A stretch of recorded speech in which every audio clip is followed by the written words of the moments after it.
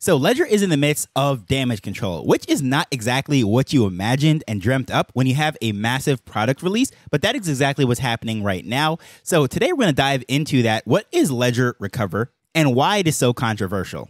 Hello, I'm Taj, digitally known as Tropic Vibes, the host of Nifty Business, where we highlight NFTs and explore Web 3.0 as we move from pure speculation to creating real-world value.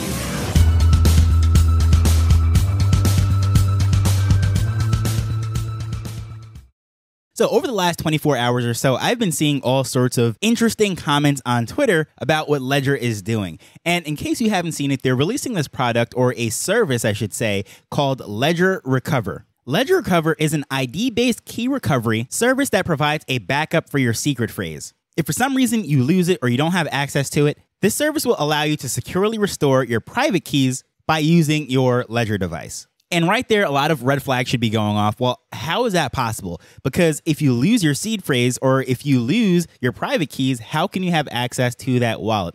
And that's where the whole controversy comes up. And as we know, probably one of the most difficult things within this whole Web3 onboarding process is getting people to set up their wallets and keeping their seed phrase secure. The older ones have 12, the newer ones have the 24, and having them to keep those words under lock, knowing very well that there's no customer service or anything, it is very intimidating. So because of that, a lot of people just want to go with a custodial wallet. They don't want to be in charge of their own. Well, Ledger has pretty much been the gold standard for the hardware wallets as one of the safest and best ways to secure your crypto assets, whether that is your tokens itself, such as your Ether and your Bitcoins and so forth, or it's the NFTs that are associated with the various wallets and blockchains. But however, this seems like a huge departure from that, where it was all about self-custody and all of that. So people are thinking, well, does that mean that they have access to your seed phrase and all of that, and it's now a custodial wallet? Well, according to what they have released, and I don't think they did a very good job of rolling this out, and that is why this is such a controversial topic, but I'm grateful for it because after all, I get to speak about it, and I even told them, I said, you know what, thanks for the content, and I won't be a jerk about it, but this is definitely worthy of being spoken about. And what's going on with the NFT community and the crypto community is very torn. They're saying that Ledger is a traitor, they're going back on their words and so forth, under the assumption that they now have access to those wallets, those seed phrases and accounts, and it is not a fully custodial, fully owned Web3 perfect device as possible. But according to what Ledger is saying, it seems like it is very similar to those wallets that I've spoken about in the past, such as Argent and such as Web3 Auth, where the seed phrase or the actual encrypted data is broken up amongst many different parts and then reassembled and decrypted to have that information. So not one party actually stores it. And that is exactly what they're trying to explain. But again, I don't think they did a very good job of basically just dropping this out there to the public. And unfortunately, the CTO actually goes on Twitter and they put out a video on the official Ledger page. And boy, was it rough. It was like a worst case scenario for comforting words. Normally, when someone has comforting words, they just go out and they speak to you. They say things. To me, that's like why I also don't really like buying cards. I like to tell people exactly how I feel because, well, those aren't really your words. Well, anyways, the guy actually goes out there and he just reads the script and explains what this is and why it is a safe option and you have nothing to worry about. And I thought it was just terrible damage control. Normally, you'd want your leaders, whether it is the president, the politician in your land, or whatever it is during a time of crisis, to come out and just speak to the people. But he basically just read down the teleprompter and there was no human emotion, and it wasn't very convincing in the sense that reassuring the people that are incredibly against this thing. Now, I happen to believe them, because I've been researching various different options, and I think that is one of the things that's holding people back, but is going to help to really advance the onboarding of the process, because it is so intimidating for me to explain to people that they have to keep their 24 words or else they lose everything. That right there is like a huge red flag, and because of that, people want no part of that. They feel much safer keeping their assets on a Coinbase or one of these centralized exchanges, knowing very well that there's customer service there. There's also so many risks that are associated with that. Of course, if those companies go bankrupt, we're seeing what happened with FTX, with Celsius, and all these different companies. that are centrally owned, when they go under, the funds are frozen up and it's absolutely a nightmare. So self-custodial, having your own things is always the better option. So when people see this now, that Ledger has a way to recover these seed phrases, that's why those red flags went off. But going back to this whole thing, as far as how this is stored, they have it broken up, encrypted, and stored across 3 different partners.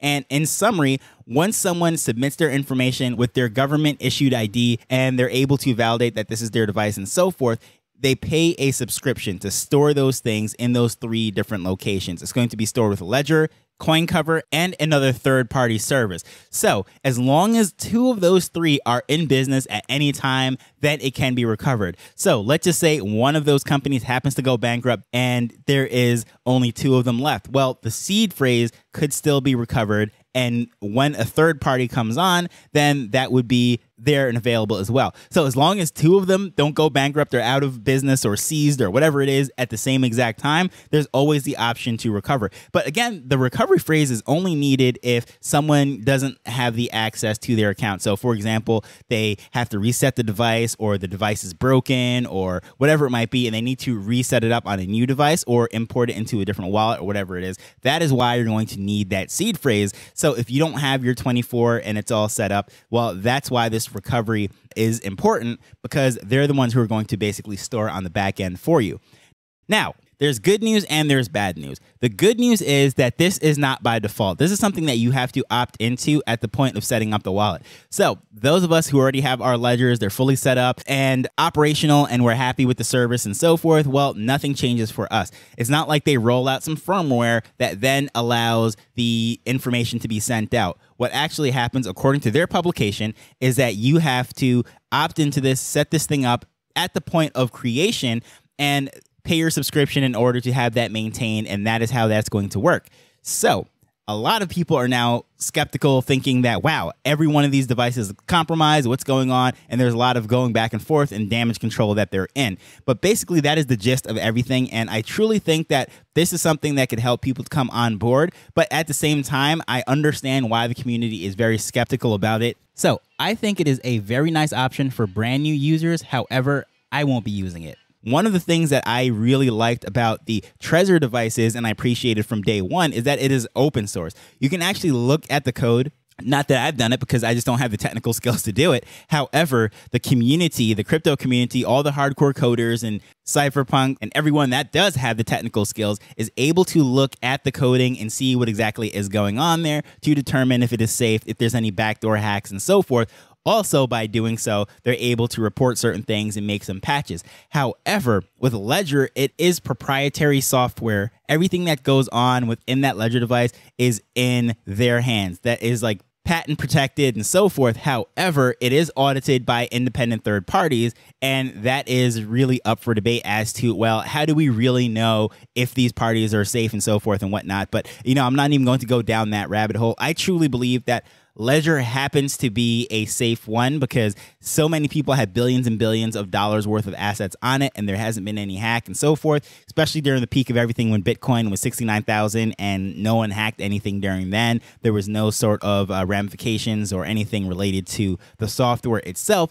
I think they have really proven themselves over the last, I don't know, however long they've been in existence, maybe 10 years, to say that they're a legitimate company and nothing fishy is going on behind the scenes. And of course, if I want to play devil's advocate, I could say that they're just waiting for mass adoption, so that way they could do whatever shenanigans or craziness that they're going to do behind the scenes. Not enough people are in the system already, so why do it now when they can just wait for the billions to show up and then do it then? So just playing devil's advocate, putting that out there, just really showing you the balanced approach. But that is just one way to look at it, because I don't want to say just because nothing has already happened doesn't mean that it cannot happen.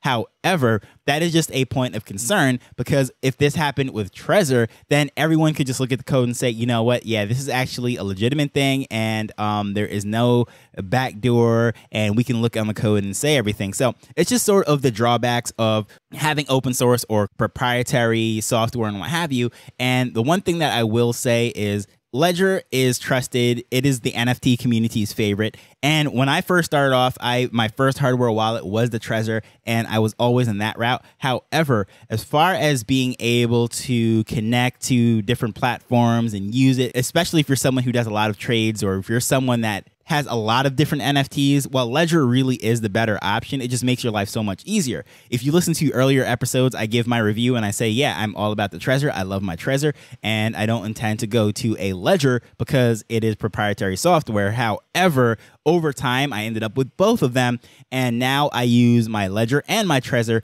But as far as the ease of use, especially after these recent updates and how they can have the pin go in a much better way than they originally did, I think that the Ledger ecosystem is only improving, and I think it will be okay in the long run. And I see this just as another way that a business is growing and figuring out how to monetize itself, because they can't just rely solely on selling these devices. At the end of the day, they want something like a service that can give them recurring income. And that's basically like the difference between selling NFTs and having a business model behind it. Well, they can't just rely on people buying new devices, because as we see right now, the number of people that are coming into the space are not as much as they were during the bull market. And not to mention that these devices could last, I don't know, 10, 15, 20 years, who knows? So someone could possibly buy one and never replace it for their lifetime.